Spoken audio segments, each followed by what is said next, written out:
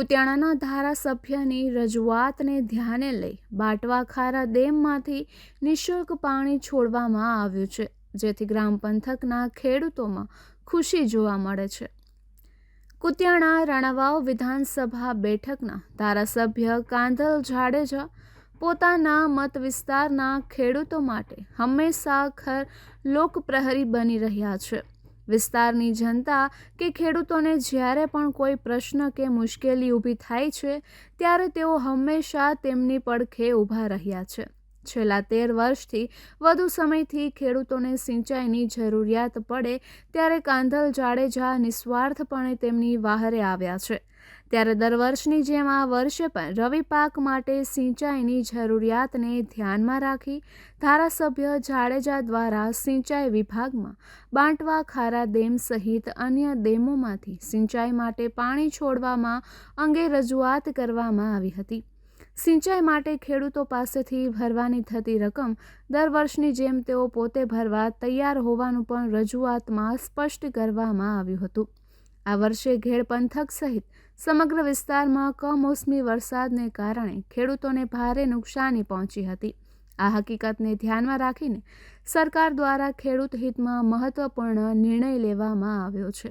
ધારાસભ્યની અસરકારક રજૂઆતના પરિણામે આ વર્ષે બાટવા ખારા ડેમમાંથી રવિ સિંચાઈ માટે કુલ 80 MCFT પાણી કોઈપણ પ્રકારનો ચાર્જ વસૂલ્યા વિના નિઃશુલ્ક છોડવાની મંજૂરી આપવામાં આવી છે।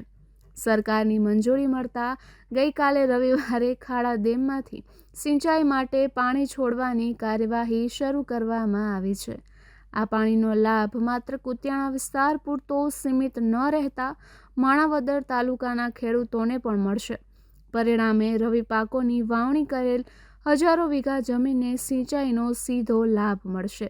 બાટવા ખારા ડેમમાંથી છોડાયેલું પાણી માણાવદર તાલુકાના કોડવાવ, એકલેડા, ભલગામ, થાપલા, સમેગા તેમજ કુતિયાણા તાલુકાના રેવદરા, મૈયારી, ધરસન, તણખાઈ, ગરેજ સહિત 12થી વધુ ગામોના ખેડૂતોને લાભ આપશે।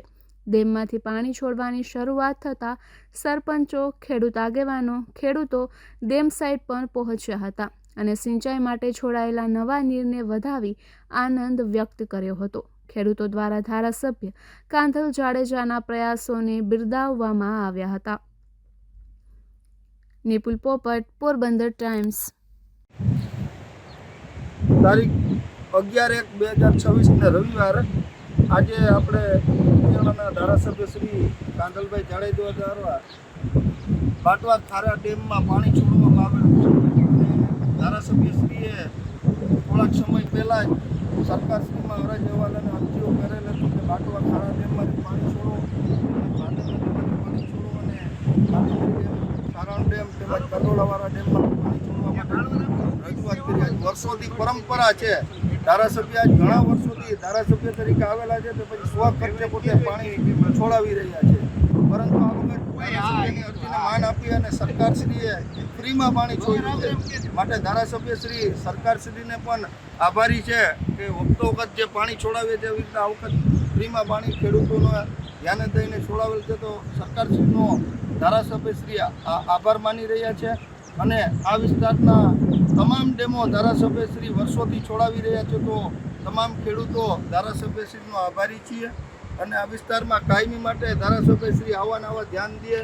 જેવા કે ખાતર ઘટતો હતો ત્યારે ખેડૂતોને ખાતર પણ પૂરો કરવામાં આવેલ છે અમારા વિસ્તારમાં ને સતત ખેડૂતો માટે આપણા લોકલાડીલા નેતા ધારાસભ્ય શ્રી કાંધલભાઈ કાયમી માટે ધ્યાન દે છે તો અમે કુતિયાણા વિસ્તારના ખેડૂતો ધારાસભ્યશ્રીના આભારી છીએ।